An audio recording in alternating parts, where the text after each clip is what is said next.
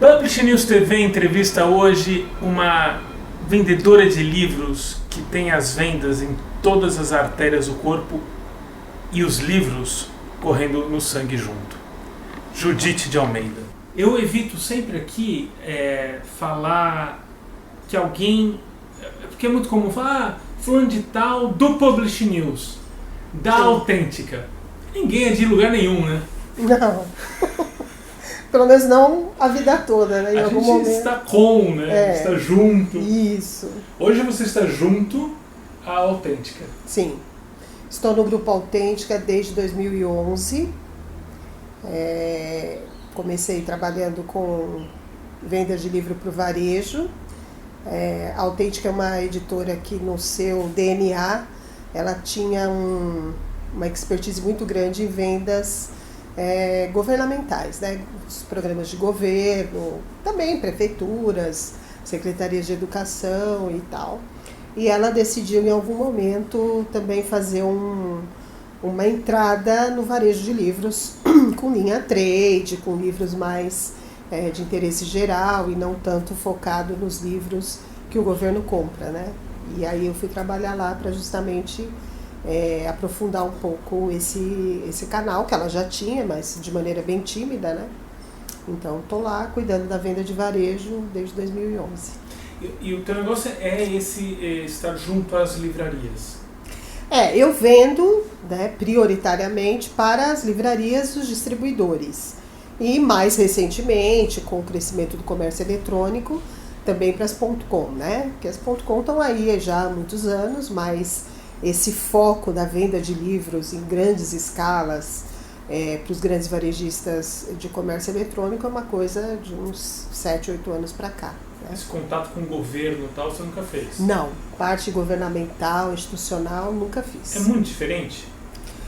É muito diferente porque primeiro que o governo ele cria ele identifica ali que áreas ele quer fornecer livros e aí ele cria um edital, né? Então você vai lá no portal do FNDE e vê o edital, vê as características todas do edital e aí o seu editorial olha aquele edital e vai lá e começa a desenvolver aqueles conteúdos para você ter o produto, inscrever no programa e torcer para ser escolhido, né? Isso em nível federal?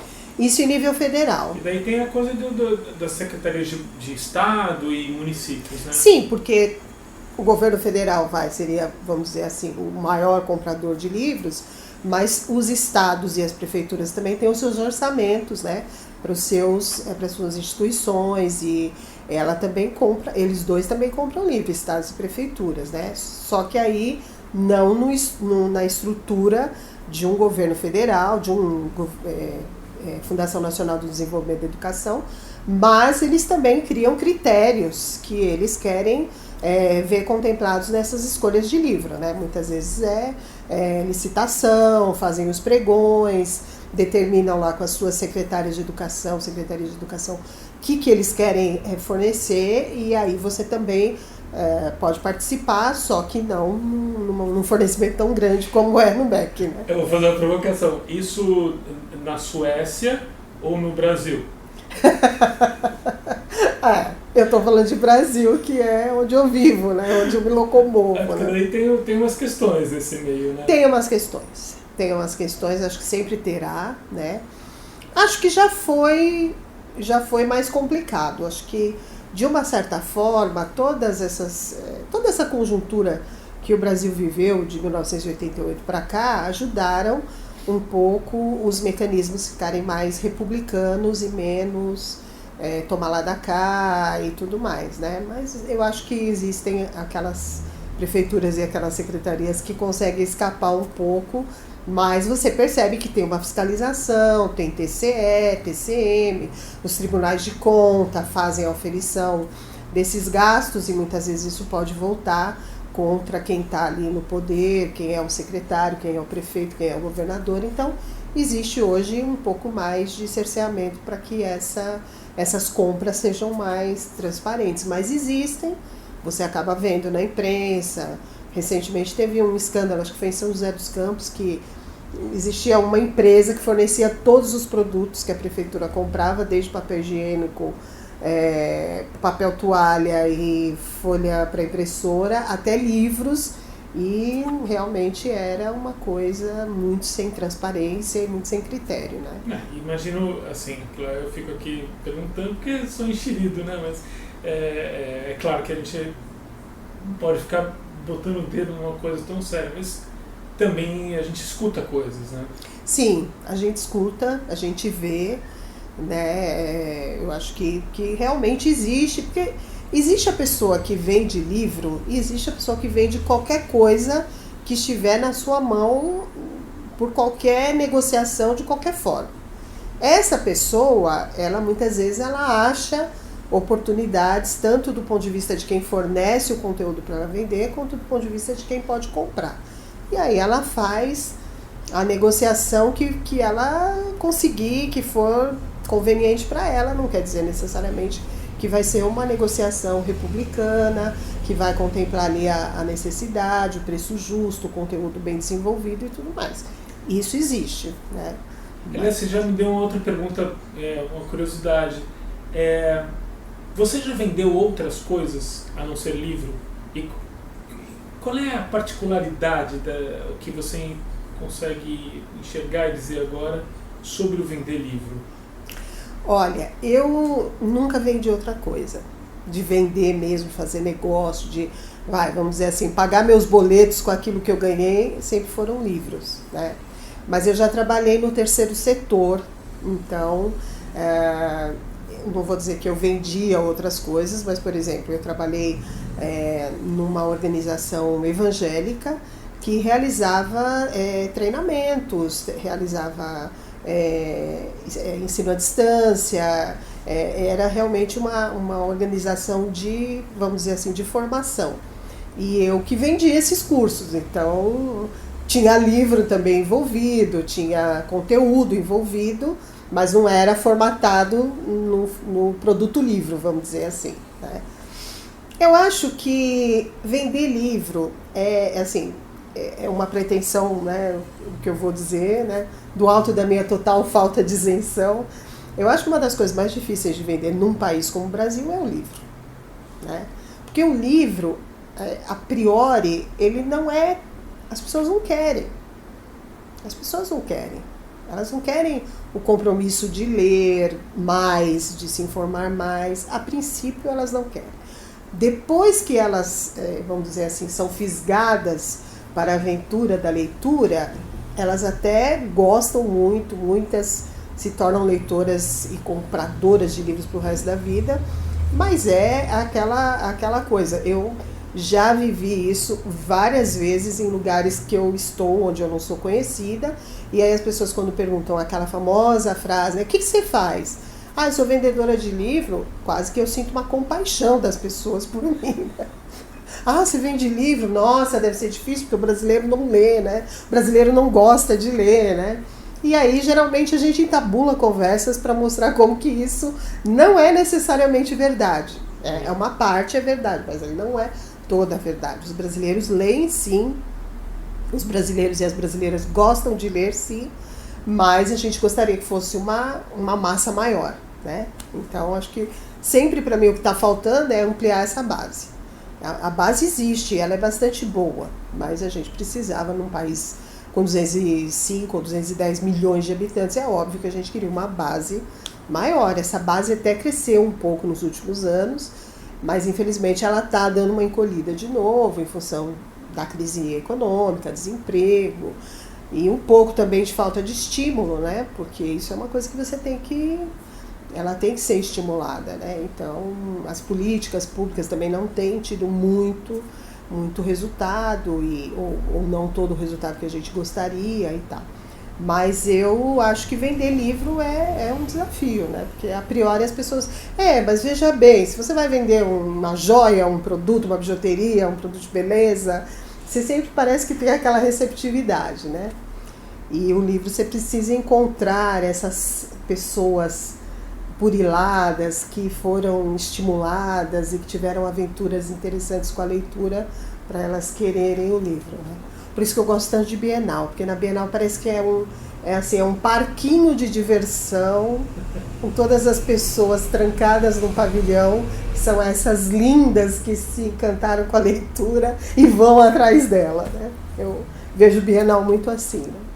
E você vem de uma casa de leitores, sua casa tinha muito livro sempre, como é que era, ou não? Não, eu venho de uma casa, assim, meus pais... meu pai é um operário, minha mãe e meu pai não devem ter estudado até o 4º ano primário, né? Alfabetizados, mas sem nenhum hábito arraigado de leitura. Mas o que tinha na minha casa, que tem até hoje, e eu creio que meu pai e minha mãe, por serem pessoas de origem tão humilde, com tão baixa escolaridade, eles são, assim, outliers, eles são bem fora da curva das pessoas que têm uma mesma história de vida como a deles, né? Meu pai era um homem de ler jornal, então eu cresci numa casa que toda noite ele chegava do trabalho, jornal, aquele jornal impresso com aquela, né, com aquela tinta que saía na mão à medida que você ia lendo. E que era bem mais grosso do que era hoje, hoje, né? E ele lia 2 tipos de jornal. Ele lia o Notícias Populares, como todo operário dos anos 70 e tal, que só tinha sangue na capa, e de sábado e domingo ele comprava o Estado, São Paulo. E aí eram horas e horas e horas ele com o rádio ligado e lendo o jornal, e realmente acho que ele só largava o jornal depois que ele tinha lido, sei lá, 70%, 80% do conteúdo. Então, ele estava sempre muito bem informado, quer dizer, não tinha muito hábito de assistir televisão, ele era operário, tinha longa jornada de trabalho, chegava em casa, a TV também era ruim e tal, mas ele era um homem que, assim, você podia perguntar para ele de ataque dos japoneses em Pearl Harbor ou por que a inflação disparou em relação ao preço do petróleo, da crise, da OPEP e tudo mais, ele sempre sabia tudo, né? E a minha mãe é uma pessoa evangélica, batista, tal, leu a Bíblia, mas leu a Bíblia incontáveis vezes e lia qualquer outro livro que lhe caía nas mãos. Então, ela em casa não tinha livros, não tinha o hábito de ir numa livraria comprar livros, não se ia numa biblioteca. Mas qualquer pessoa que desse um livro, aquele livro seria lido. E a minha mãe é aquela pessoa obstinada, mesmo quando ela não está gostando do livro, ela fala, não tenho coragem de abandonar. Alguém gastou tempo fazendo isso, escrevendo, agora eu vou começar a ler e vou largar? Eu leio até o fim, né? Então, assim, eu não tive uma casa com livros e com pessoas comprando livros, mas eu tive um pai e uma mãe que leem, e leem até hoje. Inclusive os livros da editora, quando eu quero saber uma opinião, o que pessoas mais velhas, que não estão nessa geração tão digital e tal, o que elas acham do conteúdo, eu levo para eles lerem. E eles me contam o que eles acharam, o que eles gostaram, onde que a leitura embarrigou, onde que a leitura fluiu, e são bons leitores, né? Agora, eu como comecei a trabalhar com livro muito cedo, então eu também forneci bastante conteúdo para eles, né? Porque eu comprava livros com desconto, eu ganhava livros da editora que eu trabalhava, de amigos do mercado, então isso também favoreceu. Mas quando eu olho a minha casa de origem, não era uma casa com livros, né? Você falou muito cedo, comecei a trabalhar com livro muito cedo. Foi quando e foi onde? E como é que foi essa chegada? Eu comecei a trabalhar numa livraria, na verdade. Eu tinha 14 anos, trabalho infantil naquela época não era uma questão, né? E era uma livraria e papelaria no bairro do Campo Belo, que é um bairro que tinha uma comunidade internacional assim muito grande, tinha muitos alemães, tinha muitos americanos que moravam ali, não sei nem explicar porquê, e tinha uma livraria e ela tinha uma seção de cartões, que era um hábito que as pessoas tinham, isso era 1978, e havia assim, as papelarias e as livrarias tinham uma grande área de cartões, você dava cartão de Valentine's Day, Thanksgiving, Natal e tudo mais, eram cartões importados e cartões nacionais. Inclusive, eu ficava horas arrumando esses cartões e depois eu li que a empresa que vendia esses cartões era parte dos donos da Companhia das Letras, a Hallmark Cartões, né? Bom, aí eu ficava lá, eu tinha todo esse trabalho aí com vender os cartões na papelaria, e essa papelaria tinha uma livraria. E naquele período de final de ano, quando você precisa de mais gente para trabalhar, eu acabei indo preencher o lugar de uma vendedora, porque ela teve um problema de saúde, se afastou, e aí a gerente da papelaria e livraria me colocou para vender livros, né? Eu, 14 anos de experiência nenhuma, não conhecia os livros. Então eu ficava uma parte do tempo em pé no balcão lendo os livros que a gerente me mostrava, falava, ó, lê esse livro aqui, que esse livro aqui está vendendo bem, mas as pessoas podem te perguntar o que é. Eu ficava lendo e as pessoas chegavam, eu quero dar um livro para dar de presente, e eu fui aprendendo. E a gerente, uma grande referência para mim, porque ela era uma excelente vendedora de qualquer coisa, inclusive os cartões, né? Essa livraria, ela resolveu abrir uma filial no centro da cidade, na época que o centro da cidade era para onde as pessoas iam, né? Então ela estava no bairro, ela resolveu ir para o centro, e aí eles não encontraram espaços adequados para o que eles queriam em loja de rua. A gente acabou indo para um prédio na Rua Boa Vista, esquina com a Ladeira Porto Geral, próximo da 25 de março. Abriu uma livraria gigante, veja você, 4º andar de um edifício na Rua Boa Vista, que é a Rua dos Bancos. Qual é o nome da livraria? Livraria Betânia. Tá. Fazia parte de uma editora norte-americana que era sediada em Minas Gerais, e ela tinha essa livraria aqui em São Paulo. E aí essa livraria, essa talvez foi a minha maior formação, né, comercial, vamos dizer assim, foi essa experiência. O gerente era um americano, morava no Brasil já há muitos anos, e ele era o varejista americano por excelência. Tudo aquilo que naquela época a gente nem imaginava, a gente não tinha quase nada sendo praticado, ele trouxe e ele fazia obstinadamente. Então, essa coisa de encantar o seu cliente, que era uma coisa muito pouco desenvolvida no Brasil naquela época ainda, pelo menos assim, num nível mais de massa, né? Então ele abriu essa livraria e eu era vendedora, e ele falava para mim, Judite, nós temos que deixar o nosso cliente feliz. Eu ficava pensando, o cara já vem aqui, ele compra o livro, ele ganha uma sacola bonita, eu fazia uns baita pacotes de presente. A felicidade dele não é problema meu. Eu falava assim, mas o que mais de feliz? Ele falava, não, a gente tem que encantar, a pessoa tem que sair daqui muito feliz. Então, a gente vendia a Bíblia. E na Praça da Sé, ali atrás da Praça da Sé, existia uma rua com um sem número de portinhas que faziam coisas e chamava gravação a ouro na capa da Bíblia. Então eu vendi uma Bíblia, essa Bíblia aqui, e falava assim, Adriano, você quer gravar o seu nome, o nome da pessoa para quem você vai dar a Bíblia? Aí você falava, vai custar mais? Não, isso aqui é uma oferta da livraria para você. Aí você falava, tá bom, eu vou dar essa Bíblia para minha mãe, para Laura com amor e a data. Eu anotava isso num papel, ficava com a sua Bíblia, dava a nota para você resgatar depois, e eu mesma, atravessava a Rua da Boa Vista, subia ali o pátio do colégio, saía na Praça da Sé, descia a Rua Conde de Sarzedas e ia levar a Bíblia para gravar. É óbvio que isso foi gerando boca a boca, e eu comecei levando toda vez uma Bíblia só, mas tinha dia que eu saía de lá com uma caixa, até o ponto de eu ter um carrinho, que eu ia com o carrinho. Eu, uma adolescente, não tinha vergonha, descia e fazia todo esse percurso para gravar a Bíblia. Isso foi um diferencial, obviamente, porque se você fosse levar, você teria que ir até lá, você gastaria, você teria que esperar o cara gravar na hora ou depois ir buscar, ou seja, ele prestava todo um serviço ali. A livraria estava no 4º andar, então ele queria divulgar mais a existência da livraria ali. Então ele pensou naquelas pessoas que portavam aquelas placas, compra o ouro. Então eu saí na rua, eu achei uns 4 caras, compra o ouro, nós fizemos o layout da divulgação da livraria e eles ficaram nosso compra o ouro, Livraria Betânia, Rua Boa Vista, 4º andar, bíblias, discos, livros, presentes, quadros, porcelana e tal.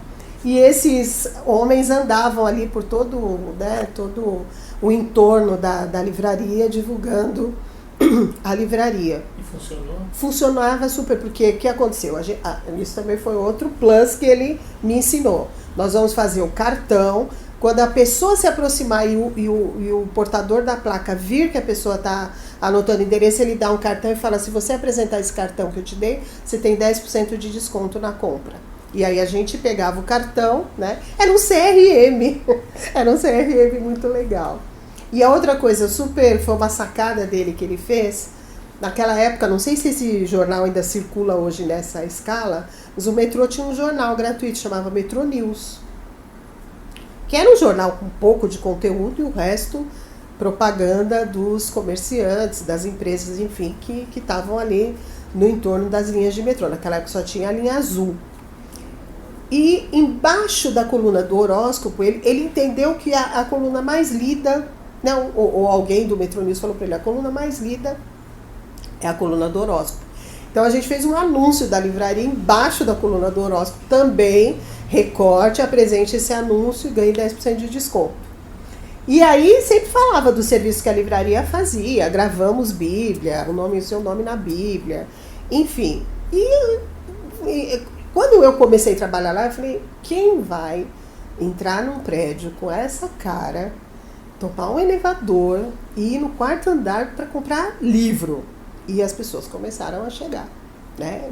Houve outras coisas também que ele fez, outras peças de divulgação. As rádios evangélicas daquela época tinham muita audiência, ele também anunciava na rádio e tudo, mas o fato é que foi uma coisa bastante à frente do tempo, vamos dizer assim. E uma outra coisa que ele fez também, ele falava assim: olha, as pessoas vêm na rua 25 de março para comprar, o pessoal de fora, né? Os atacadistas, os varejistas do interior do Brasil, né? Então a gente tem que transformar aqui num ponto de apoio para eles e eles também comprarem produto nosso. Então era uma livraria, era um varejo, mas era também um atacado. Então a gente vai criar, ele fez mais ou menos um storage para essas pessoas. Você passava o dia fazendo compra e aí você tinha que ficar carregando aqueles pacotes, aquelas sacolas.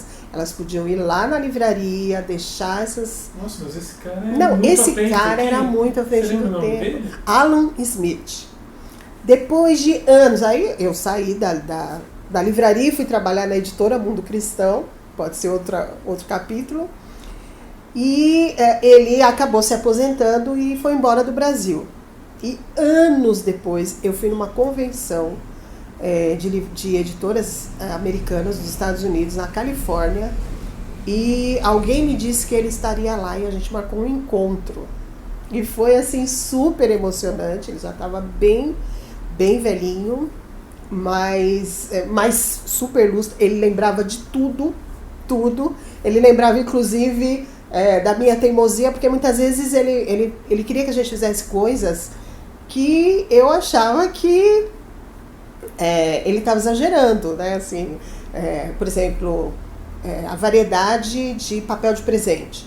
Ele queria sempre uma variedade de papel de presente, porque as pessoas naquela época faziam pacotes de presente e tal. Ele queria mais variedade. Eu falava: mas eu não tenho mais de onde comprar papel de presente tão variado assim. Ele falou: Natal, a gente tem que ter a maior cartela de cores de oferta de papel de presente bonito, porque as pessoas querem chegar para dar os presentes, tem que ser uma coisa vistosa e tal.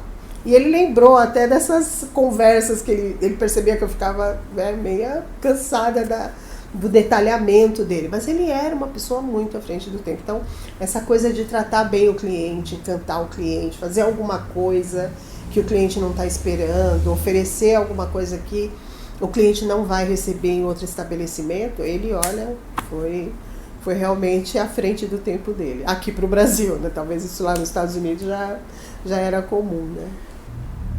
Como é que faz isso hoje em dia?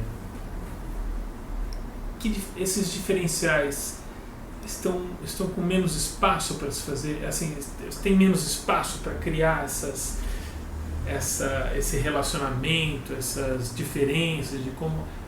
E eu digo mesmo assim, no lidar com as livrarias. O livreiro também escolhe, né? Sobretudo hoje, ele está com espaço limitado na livraria. Ele pega menos coisa, ele tem menos disposição em trazer outros títulos, né? Então, como é que isso acontece hoje em dia? Esse método Smith? O método Smith, eu acho que vamos pensar na livraria, né? As livrarias, elas foram assim, ano a ano, né? Nos últimos, vamos supor, na última década, elas foram sendo, vamos dizer assim, premidas por uma série de mudanças no comportamento do consumidor e que muitas vezes eles não souberam ou não conseguiram traduzir bem, né? Então, vamos pensar que livraria, que era uma coisa que o seu Alan era fera. Livraria é atendimento. Porque o livro, você entra na livraria e fala assim, eu vim aqui comprar um livro tal. Ele tá lá, você pega, vai no caixa, pagou, acabou, né? Ele falava assim, eu não estou vendendo para esse cliente, né? Eu estou vendendo para aquele que entrou aqui e não sabe o que quer comprar. Esse é o meu cliente. E a gente vai ajudar ele a achar o que ele quer comprar. Então, você precisa conversar, você precisa fazer pergunta, você precisa conhecer o que você tem da sua oferta de produtos, você precisa recriar aquilo que nem ele sabe que ele está precisando. Então, na medida que as livrarias foram tendo problema com margem, tendo problema com uma concorrência, vamos pensar do comércio eletrônico principalmente e tal, elas foram fazendo seus ajustes, né? Para, inclusive, ficarem com as portas abertas, né? E uma parte desse comprometimento, né? O que eu posso fazer para encantar, para o meu cliente sempre voltar e voltar e voltar, eu sempre ser a primeira referência dele quando ele quiser alguma coisa que eu venda e tal, foi o atendimento. Porque o profissional, para fazer isso bem, ele tem um certo custo. E foi uma das coisas que as livrarias cortaram, né? Então, muita livraria que tinha ali aquele livreiro, conhecedor do catálogo, dos catálogos, ou especialista em algum segmento e tudo, ele virou um atendente, né? Onde que eu acho ficção? Ali, tá, eu vou lá procurar. Achei o que eu queria, onde eu pago? Ali, é o caixa e tal. Eu sinto que isso, quando as pessoas que não são do segmento editorial como eu sou, quando elas me dizem porque elas não estão indo mais em livrarias, 90% dos casos é atendimento. Eu vou lá na livraria, aí não acho o que eu quero, aí não acho alguém para atender, quando acho a pessoa não sabe nem falar o nome do autor, né? Eu ouço muita crítica disso.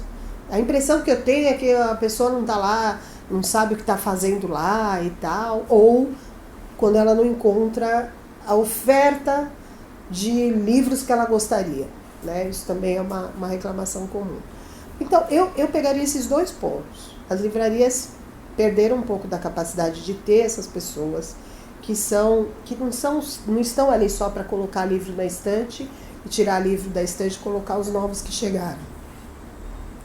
E também ela ficou, né, como a livraria, as paredes não aumentam e aumentam e aumentam, ela tinha que fazer uma escolha, né? E muitas vezes a seleção que ela põe para dentro, seja por conveniência comercial, seja pelo entendimento de que é isso que tem que ter, não é tão atraente.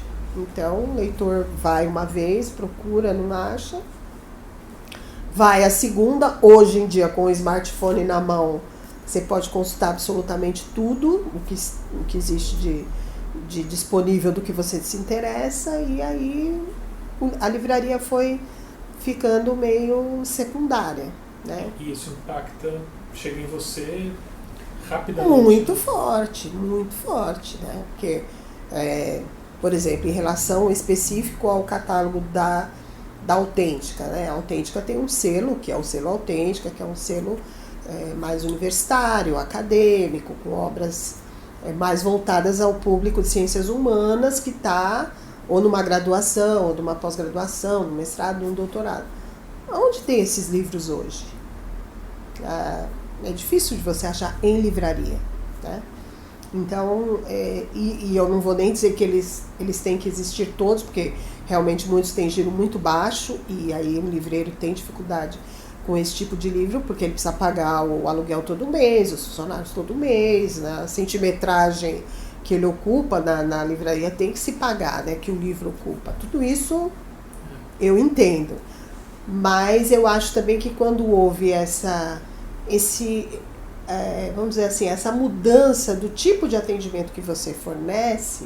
Então, por exemplo, quando eu fico pensando, a vendedora de livraria que eu fui, o tempo que eu dispunha, que eu tinha, claro, não existia uma oferta de livros como existe hoje, e eu também estou falando de uma livraria nichada, que era uma livraria evangélica, né?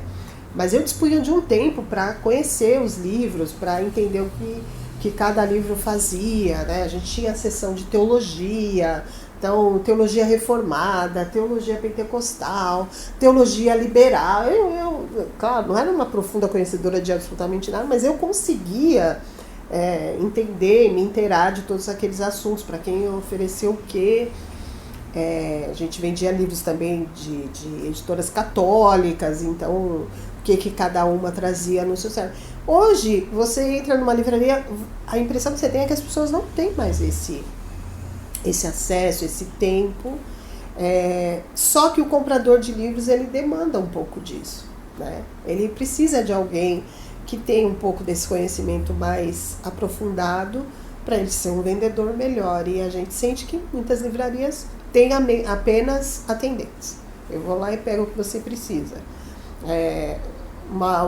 Quando a gente vai falar de deficiência de atendimento de livraria, a pessoa fala, ele não sabe falar o nome do autor.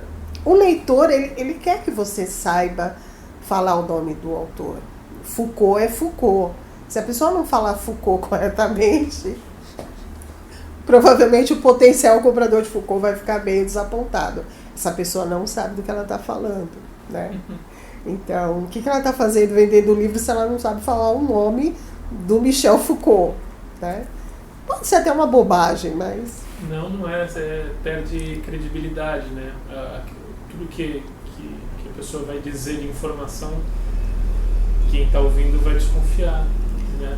É a tendência, né? Comunicação, né? Exatamente, né? Então eu acho que, e eu não acho que as livrarias fizeram isso de caso pensado, não tô nem aí. Eu acho que foi uma contingência também, um certo volume de decisões que você tem que tomar ali para manter as portas abertas, né?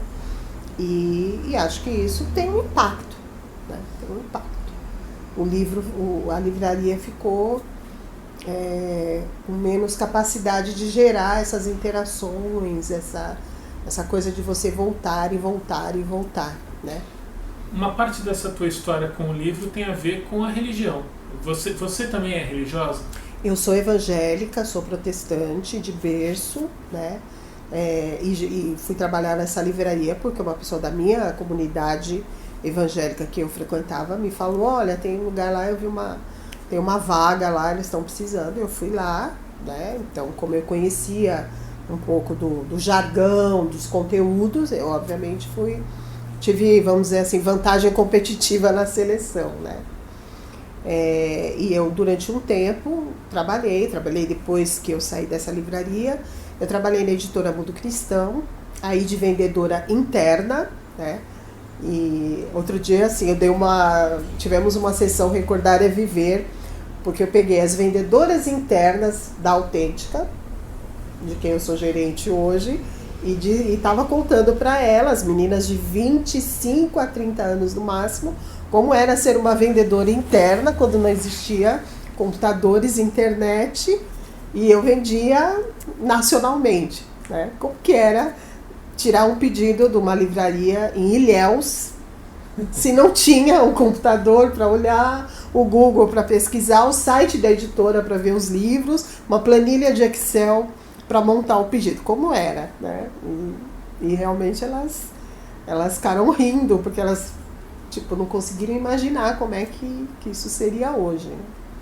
Mas eu fui ser vendedora interna, tinha uma máquina de datilografia para eu fazer as notas, telefone, né? Aquele telefone preto de disco, uma lista de clientes e uma tabela de preços que a gente fazia todos os meses. Naquela época, inflação batendo, não sei lá, 20% ao mês. A gente acho que fazia tabela de preço 2 vezes por mês. Correio e telefone, né? Ligava lá na livraria de Ilhéus. Dona fulana, tudo bem? A Judite da Mundo Cristão. Ah, tudo bom? O senhor já recebeu a tabela? Ah, recebi. Isso, abre aí, por favor. Abria e tal. E diante disso, hoje realmente é mais fácil? Sim, sim. Ou também a tecnologia também cria dificuldades, outras? Eu acho que a tecnologia, por exemplo, a própria, acho que a própria imaginação, a própria, né, assim, hoje se você vai trabalhar e o computador não funciona, você não trabalha, né? As pessoas falam assim, eu vou para casa ou eu não vou trabalhar hoje porque eu estou sem computador. Não tinha computador naquela época, a gente fazia as coisas acontecerem, né? Então, é possível. Acho que vai dar mais um pouco de trabalho, até porque a gente tem outras, né, outras coisas que estão tudo ali dentro do computador e tudo, mas é possível, né? Então, tinha era tudo mais demorado, é óbvio, né? Então, eu ligava e eu falava, olha, a senhora tá vendo aí, ele é um lançamento, então eu tinha pensado pela sua loja e tal, mandar 10 peças. Ah, não, Judite, 10 é muito, você mandou um aqui o mês passado e não vendeu. Tá, então esse aí a senhora vai me devolver, mas me deixa mandar 10 desses, que esse é uma aposta da editora, é um livro, é um comentário escrito por fulano de tal, nananã. Ah, então você aceita aquele que eu comprei o mês passado que não vendeu? Aceito, pode separar aí que a gente vai resolver. Aí a senhora me coloca. E era tudo venda, não existia consignação, né? Então a gente fazia isso. E eu pegava assim, era mapa do Brasil. Começava com Amazonas e ia. O único lugar que eu não vendia era São Paulo, porque a gente tinha um vendedor, né? Um pracista, como chamava naquela época, né? Um pracista, e as livrarias de São Paulo, algumas do interior, ele fazia. Mas o restante do Brasil, né, que é quase nada, né, eu fazia por telefone, né? E uma vez por ano tinha uma convenção de vendas, aí a gente convidava os principais livreiros, né, dessas praças para vir, deixava os principais lançamentos para a época e tal. Mas eu me lembro dessa coisa da lista de preço, a mala direta da Mundo Cristão daquela época, para mim é a maior peça de museu da história da comunicação que eu conheço. Por quê? Porque eu era responsável por isso também. Eram umas plaquinhas, os endereços, o banco de dados dos endereços eram umas plaquinhas gravadas no metal, que a gente gravava num negócio chamado linotipo, lá na Bela Vista. Então, eu pegava o endereço do Adriano, tal, você é um cliente. Eu levo esse endereço lá no linotipo para ele gravar essa plaquinha. Essa plaquinha ficava numas gavetinhas desse tamanho, pesavam 1 tonelada. E existia uma máquina gigante que você punha essa plaquinha, ela devia ter alguma tinta, alguma coisa, você vinha com uma alavanca e em cima do envelope, pá! E aí saía o endereço todo bonitinho, como se você tivesse feito na máquina de escrever. Como seriam as etiquetas de endereçamento? Mas imagina, o Adriano mudou, então eu tenho que registrar de novo o endereço, levar lá para gravar outra chapinha para poder mandar de novo, né? E a gente mandava mala direta assim. Então, atualizar esses endereços, aí voltava, o correio informava, ia lá, ligava, Adriano, você mudou, tal. Se o Adriano mudasse o telefone também perdia, porque não tinha celular para achar. Mas a gente tinha, sei lá, uns 20 mil endereços dessa forma, e mandava material para todo mundo. Era uma forma mais primitiva, mas as vendas aconteciam, né? Judite, o Léo estava me contando que você viveu tempos duros pessoalmente. Muito.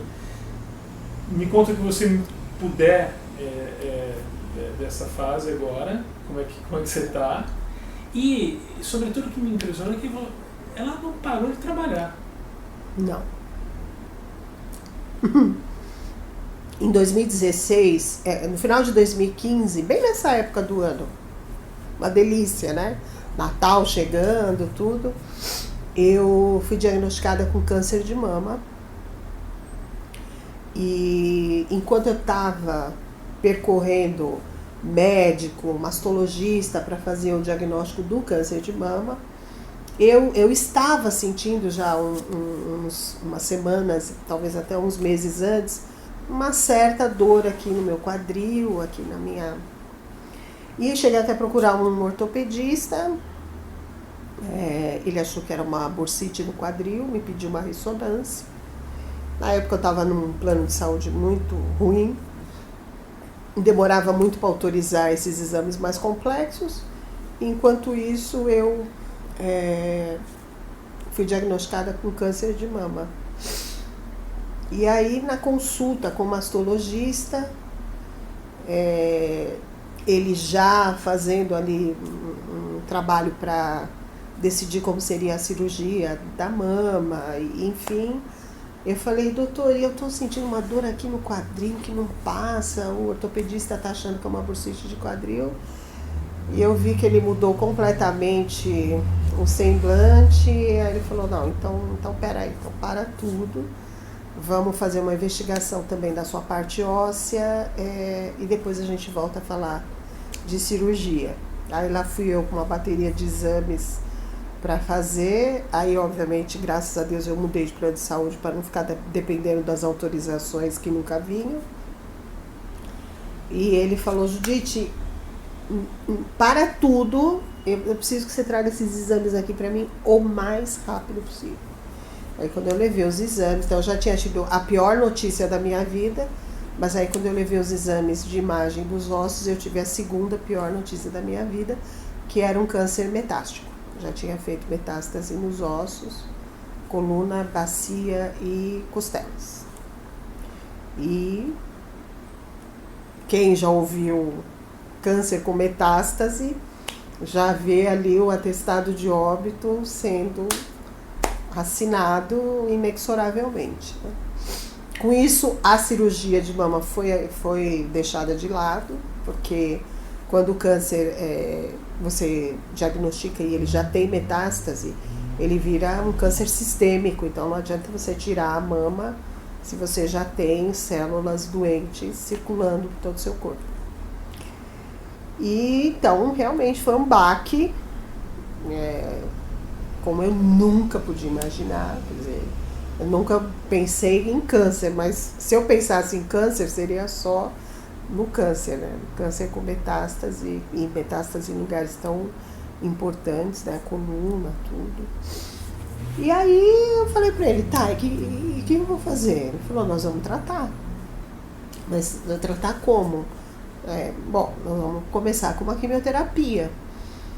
Tá, mas e essa dor que eu tô sentindo? Eu não sabia nada, eu nunca podia imaginar. Não, calma, vamos começar passo a passo, a gente vai usar um conjunto de remédios, de drogas para te ajudar. E então vamos primeiro começar a fazer os exames agora, né, os exames da sua saúde, para a gente ver como é que a gente vai conseguir começar o tratamento. E eu estava, Adriana, assim, numa fase, eu trabalho na Avenida Paulista, eu já estava numa fase que eu não conseguia atravessar as duas faixas da Paulista num farol só. Eu mancava tanto que eu atravessava primeiro uma faixa, parava em cima da ilha, o farol fechava, eu esperava abrir de novo e aí eu conseguia atravessar a segunda, para você ter uma ideia. E eu falei, não tem remédio que vai ajudar nisso, como que vai fazer? Como que eu vou voltar a andar sem mancar, né, para entrar no carro? Era uma dificuldade, para sair do carro era outra. E ele falou, vamos torcer para o seu corpo responder bem à medicação que você vai receber. Porque se o seu corpo responder bem à medicação que você vai receber, logo você vai voltar a andar sem mancar. que eu não estava nem preocupada com a mama, por incrível que pareça, eu estava preocupada com a minha locomoção, né? E com dores. E parece que o meu corpo respondeu bem à medicação que eu recebi. Porque realmente, 4 meses depois que eu estava fazendo quimioterapia, eu não mancava mais. Eu já estava tomando derivado de morfina a cada 6 horas e já ia passar para cada 4 horas. E antes de terminar o ciclo de quimioterapia, eu já não tomava mais nenhum remédio para dor. Claro que a quimioterapia foi punk, foi muito agressiva, mas eu fui uma dessas pessoas felizardas, abençoadas, que consegui assimilar bem os efeitos da quimioterapia, com remédio também, né? Mas assim, não tive nenhum vômito, eu tinha os desconfortos que quando você tá num dia ruim, você tem, né? Um pouco de desconforto gástrico, um pouco de bastante problemas afta, mas eu não tive assim aquela, sabe, 3 dias de cama depois da quimioterapia. Eu não tive. Então, continuei trabalhando, Por quê? Porque eu achei que era a forma de eu não sucumbir completamente diante daquele quadro, né? Que era um quadro pesado. Era um câncer muito agressivo. Tem uma escala de agressividade de tumor de mama. O meu é até 5, o meu é o 4. Tem um só que é mais pesado que o meu, porque ele não tem tanta oferta de medicação quanto o meu tem, né? Então, eu assim, hoje, quando uma pessoa fala assim, fulano descobriu um câncer com metástase, calma, porque pode ser, né? Claro, cada corpo é um corpo e cada câncer é um câncer. Uma coisa que eu aprendi é que o câncer tem uma individualização muito grande. Ele tem um geralzão aí que todo mundo sabe, mas cada corpo tem a sua história, tanto com a doença como com a medicação. Pois que você não pode sair falando, não, olha, fica tranquilo que a Judite teve câncer, tinha metástase, ela tá bem e tal, porque cada pessoa, né? Mas na minha história foi assim, e teve um outro dia de maior desconforto, mas no geral eu consegui prosseguir, consegui trabalhar.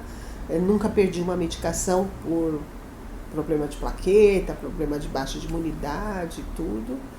Então, assim, me sinto muito agraciada, me sinto muito abençoada, porque realmente passei por uma barra, né? Mas estou aqui, continuo tratando, porque o câncer é sistêmico, né? Continuo tratando. Tive efeitos colaterais e estou tendo efeitos colaterais da medicação, mas são efeitos que ainda estão sendo administrados, né? Problema de coração, problema de bronquite. Você vai desenvolvendo umas alergias, porque a medicação é realmente muito forte, né? Mas estou aqui. Aí nessa tua história tem essa, que às vezes, simplificando muito, a gente coloca como se fossem contradições, e não são composições. Eu estou falando de religiosidade e ciência, de lidar com tudo junto. Uhum. E você no teu trabalho também faz isso, porque você sendo cristã, você lida com autores que não são, né? Mas, enfim, eu não sei citar, mas de todo o catálogo de pensadores, é muito comum que os pensadores não sejam religiosos. Eu dei uma pancada na cabeça.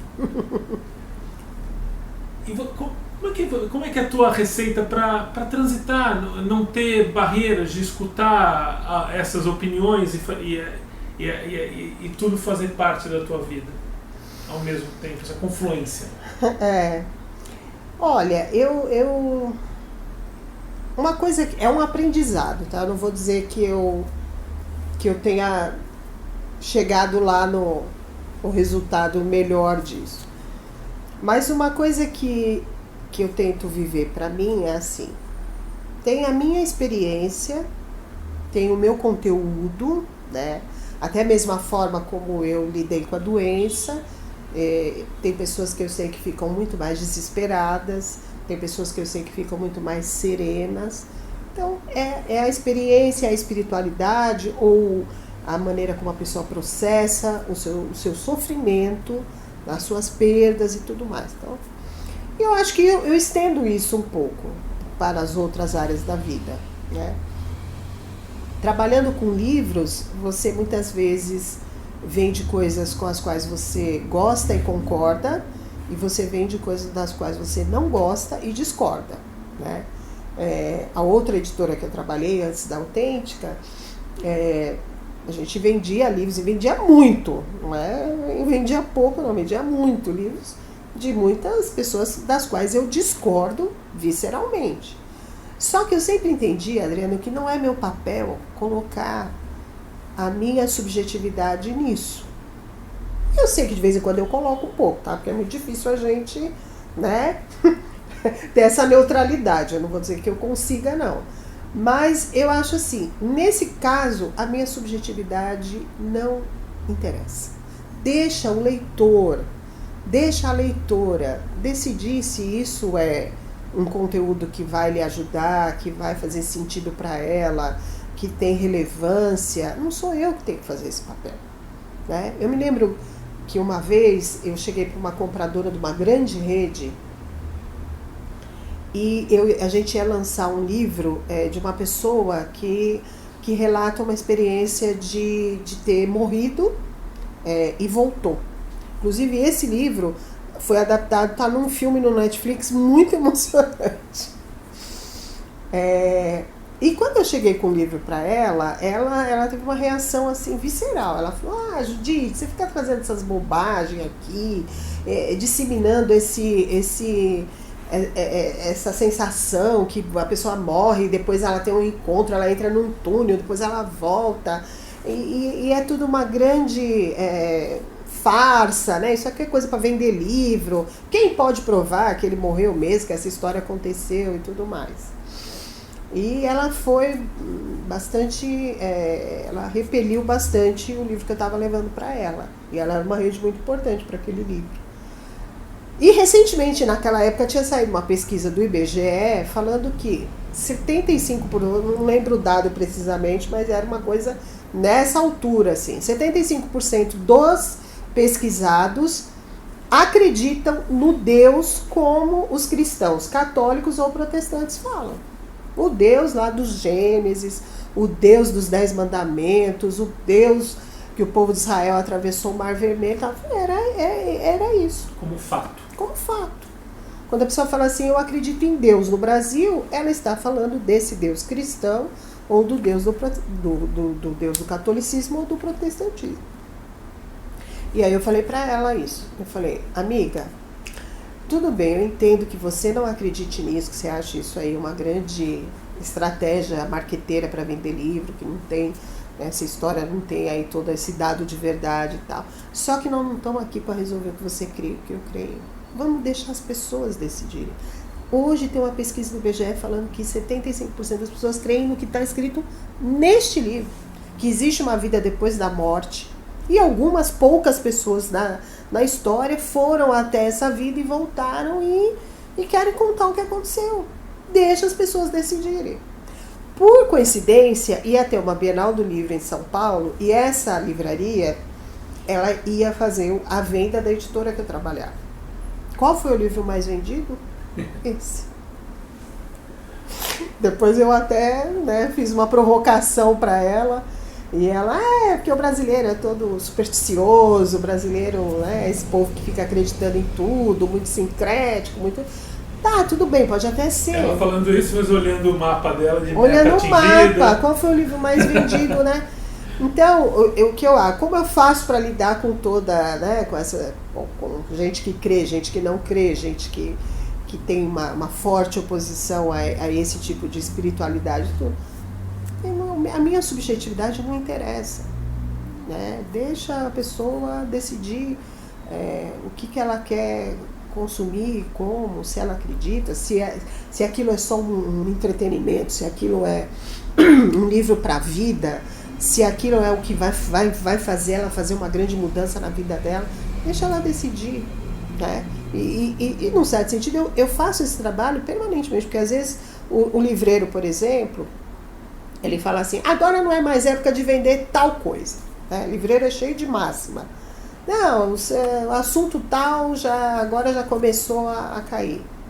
E às vezes você tem que reverter um pouco esse pensamento, porque você está ali com indicações, com o público em rede social pedindo, com gente se manifestando que tem interesse e tal. Você tem que confrontar um pouco, né? E o meu argumento sempre vai, né? Vamos colocar, vamos experimentar, vamos fazer o nosso trabalho do lado da editora de divulgação, de marketing, e vamos ver o que acontece. E aí, se não der certo, se não vender, você vai me devolver. Se você tiver comprado, eu vou te dar o crédito e ainda vou te pedir desculpa por a gente ter feito essa... Mas me deixa experimentar, né? Não rejeita a priori, né? E eu acho que eu faço isso também, quer dizer, eu não tô... o meu lado, a minha espiritualidade, ela não está a serviço do meu trabalho de vender livro. O meu trabalho de vender livro é vender livro. E não ficar julgando o conteúdo, se eu concordo, se eu discordo. Claro, eu estou numa editora hoje que eu tenho conforto com a linha editorial toda. Eu já estive em editoras que eu não tinha todo esse conforto com a linha editorial. Mas mesmo quando eu estava nessa situação, eu vendia. Tá com sua xará Judith Butler?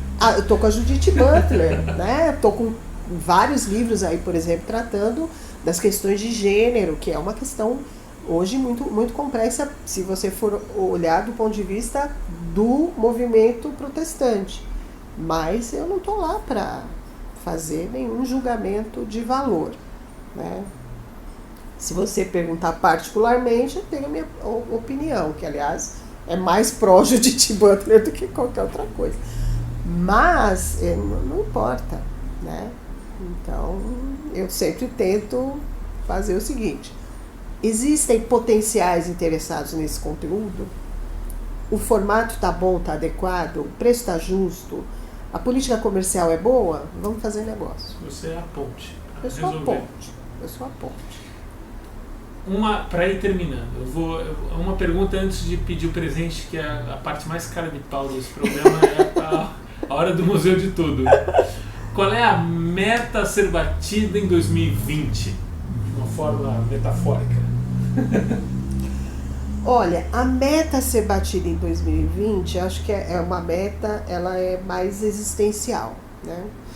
Eu acho que o momento que o Brasil, isso a Judith falando, tá? O momento que o Brasil atravessou, para mim, desde 2016 para cá, que coincidentemente foi quando eu comecei a tratar do meu câncer e tudo, ele foi, para mim, um conjunto assim de retrocessos, de perdas e de desmonte de coisas que eu entendi que já estavam postas e consolidadas muito grande. E eu senti que uma grande parte de 2019 eu só estou tentando ficar viva, né? Só estou tentando ficar viva. Eu não sei se eu estou vivendo, mas estou tentando ficar viva, né? Então, acho que uma meta existencial para 2020 seria recuperar um pouco, sabe, as utopias, recuperar um pouco a alegria, que eu me senti bastante frustrada e raivosa em 2019.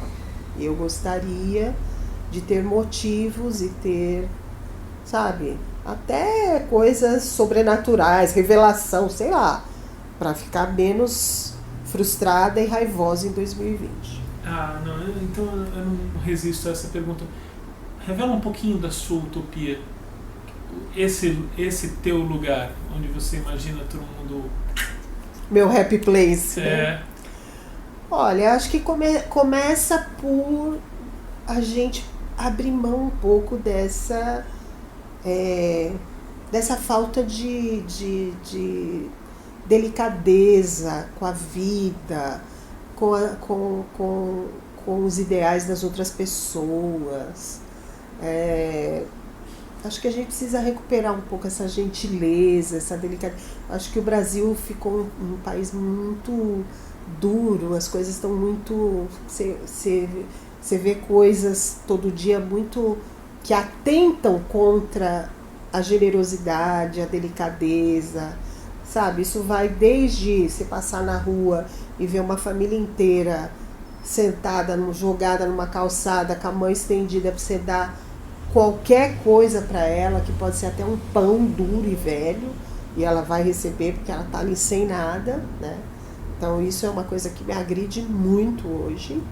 Hoje não, sempre agrediu, mas chegarmos a isso, chegarmos a ser o país que somos e ter gente nessa situação, até essas indelicadezas, né? Uma Miriam Leitão ser desconvidada de uma feira de livro numa cidade de Santa Catarina, porque, enfim, o filho dela, quer dizer, é tudo, entendeu? É uma música do Arnaldo Antunes que não vai tocar numa determinada TV estatal, ou um livro que deixou de ser publicado porque não existe espaço para você cultivar esse tipo de conteúdo no Brasil atualmente, e até as grandes violências que a gente tem presenciado, os grandes casos de racismo, de homofobia, de gordofobia, enfim. Acho que a minha utopia é: vamos recuperar um pouco essa delicadeza, né? Onde a gente senta numa mesa de bar no final do dia para falar do futebol, para falar de uma conquista pessoal, e não para falar, pô, você viu o fulano falou isso, o ministro foi jocoso com tal situação, o outro homenageou um torturador, o outro, sabe? A minha utopia é a gente dar um pouco uma encerrada. As pessoas podem dizer, você está querendo colocar uma pedra em cima, de repente eu tô, sabe? Porque tá pesado lidar com tudo isso, com todas essas coisas que atentam contra a vida, contra a liberdade, contra o pensamento, né? Um pensamento diferente e tudo mais. Então acho que esse é o Happy Place da Judite para 2020. Eu quero estar nele também. Gostei. Vou comprar passagem. Vamos lá, vamos junto. Museu de Tudo. O que é um museu de tudo? O Léo não te falou? Não, ele falou para eu trazer alguma coisa. O Museu de Tudo é essa coisa aqui atrás que vai guardando maravilhas dos nossos convidados. Então, o Museu de Tudo, o Léo não me explicou direito, mas eu trouxe... O Léo é ótimo, né? Eu trouxe uma foto. Olha. Que eu acho uma foto muito emblemática. Esse aqui é meu neto, é o Samuel, mas já tem um outro, só que essa foto tem a ver com esse momento, então só existiu o Samuel, agora tem o Benjamin também. Isso aqui foi o primeiro corte de cabelo que eu fiz depois que eu deixei de ser careca, depois que meu cabelo voltou a crescer, e aí cresceu uma massa disforme ali, e aí eu fui na cabeleireira, e aí esse aqui foi o primeiro corte de cabelo que eu fiz. Então tinha dois nascimentos aqui, né? O nascimento do meu neto, que veio num momento assim de muita dor e onde tinha muita morte presente na minha vida. Aí ele nasceu, e aí, na hora que ele nasceu, ele me ajudou a sair daquele lugar, né? Porque o paciente oncológico, ele tem assim uma né? Ele tem uma dó de si mesmo, pelo menos eu tenho, né? Então ele me fez sair daquele lugar, parar de falar só em doença, em remédio, em efeito colateral, em exames, em sonda, em catéter, né? E falar de criança, de bebê, de nascimento, de vida, né? E o cabelo também, porque eu fiquei 2 anos careca, né?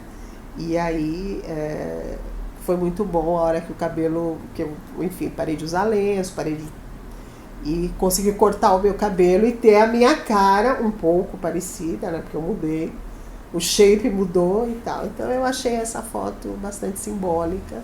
Que linda. Esse museu agora ganhou essa vida toda aí. O museu ganhou a vida.